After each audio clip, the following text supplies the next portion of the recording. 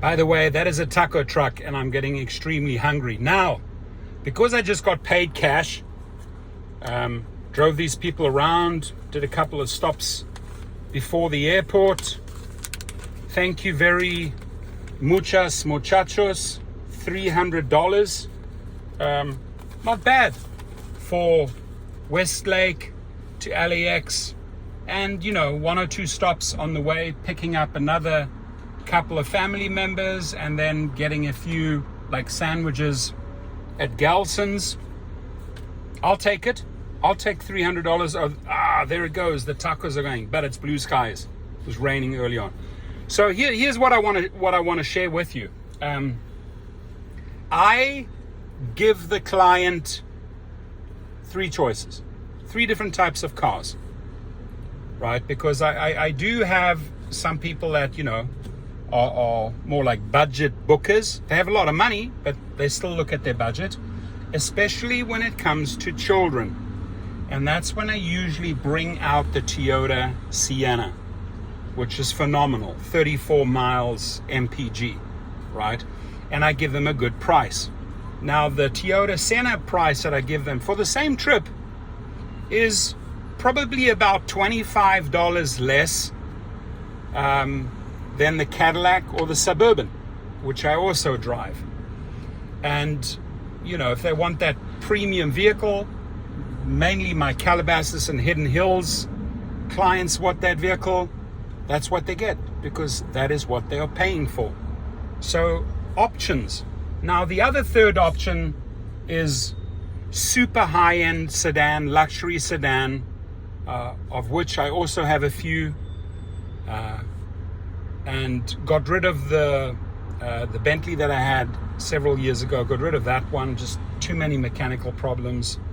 But either BMW or Mercedes, but at the end of the day, the Cadillac and the Suburban, RST,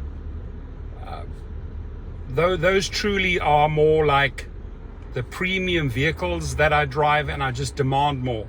Why do I demand more? Because when you're looking at an RST Suburban, for example, there's one right across the road right now.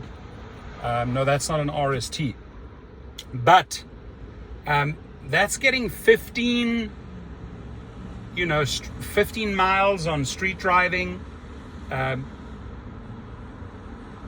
18, 19, maybe 20 at most on the highway, and it balances out to 16, 17, versus a car, lesser, comfort, quality, but it's getting me 34 miles MPG, which is the Sienna.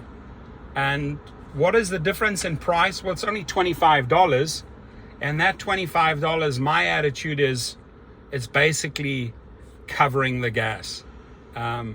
I don't mind whichever they prefer, whether they want to go in a sedan, whether they want to go in the Sienna, which also qualifies as an XL, or if they want to go in high-end Cadillac or RST Suburban.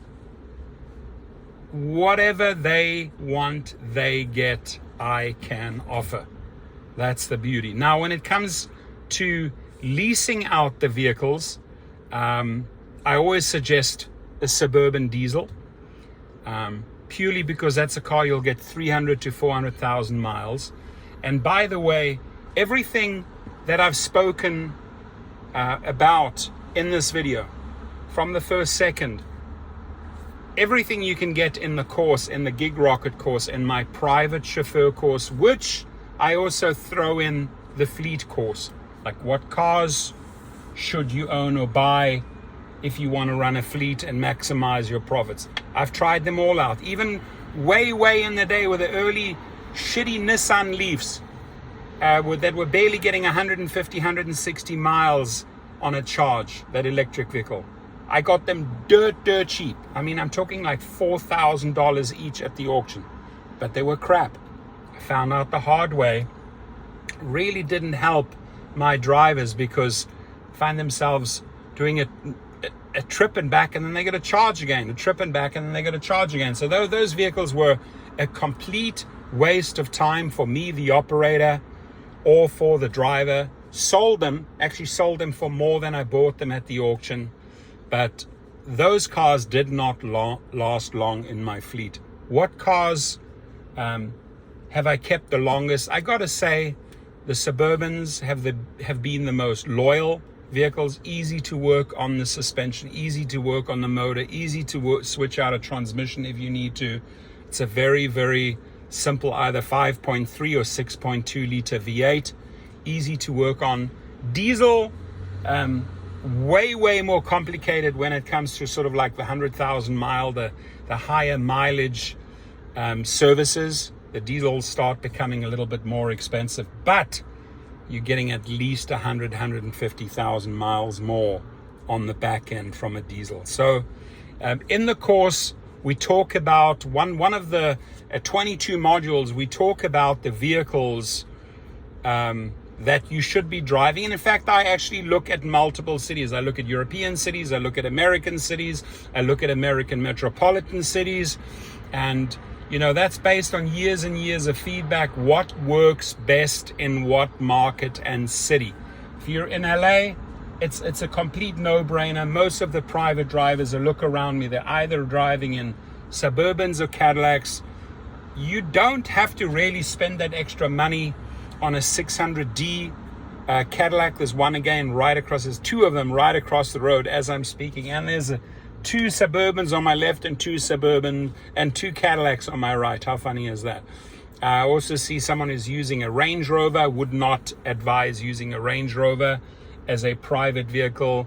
Way too expensive when it comes to maintenance, but everything is explained in the course. Hopefully you can get to that point where you have a couple of cars so you can give your clients options. You know, do you want to use the Toyota Sienna, get a discounted rate? Do you want to use the Suburban or the Escalade, pay more? When you finally at that spot, you have a pretty mixed clientele that they love the savings and they love the options. So all of that, my friends, you learn in the Gig Rocket course, the private chauffeur course. Now, the vehicle I see wrapped across the road, I was, you see, there goes the Suburban. I was thinking about that vehicle as a private vehicle, but when I did a survey, the interesting thing is that most of my clients said absolutely no. Right, a lot of these people here ain't gonna support this brand anymore. But there it is. I mean, that one's wrapped in blue. That's actually a good wrap. I can see that they're very easy to wrap. I've wrapped two of them already for friends. But do you think that that vehicle would be a great addition? I mean, you're talking about $80,000 right now, and they're offering unlimited charge. You can fit all the luggage in the world in that car, but here is the thing. You can only fit 4 passengers. So that would be the downfall of that one. And who knows what the profit margins would be on the Cybertruck. I haven't tested it out. I've shared with you the Nissan Leaf was a complete waste of time for my fleet. The biggest money makers with the biggest margins, honestly, are my Siennas and my Suburbans. All day long, my friends. Your comments, your questions, and again, the link to the private chauffeur course is right below in the description. Sign up. Learn all the ins and outs in 300 minutes. You got to be on Uber, you got to be on Lyft, and you got to learn the ways how to recruit private clients, whether it's through referrals, whether it's through marketing, whether it's through networking. You can possibly own a car like that there that just drove past. That's a Cadillac. But I'm right here on the hotspot where all the private drivers are. We come here for our coffee. They all know me. I know them. And we chit chat and then we head out. So I'm going to be heading out, getting my next outbound trip. I had an inbound trip. Like I said, made $300. I'm going to make about another $200 on the outbound trip. On 2 trips, $500. That's not bad. That's not bad at all. And that includes tips. So the 300 include the tip. And the next one, I know how much they pay. They usually pay me a 20 on top of a 180. They pay me a 30 on top of a 170, so I get 200. So for two quick trips on a Sunday, $500. I ain't complaining. But more importantly, I want to teach you how to make that money, right? And people know, I say this quite often in my videos, I am never ever happy, whether it's Monday to Sunday. If I'm driving on a specific day, if I commit to a Sunday, if I commit to a Saturday, I'm never satisfied if I'm not making over $500. So I want to share that formula with you in the 300 minutes, 22 modules. Most of the time, well, not most of the time of the 300 minutes, but I spent a good 25 minutes talking about the most important topic, which is how do you market yourself? How do you recruit these clients? One option, of course, is converting Uber and Lyft riders in the upper echelon, in the upper categories, in the luxury or the black categories to your private clients.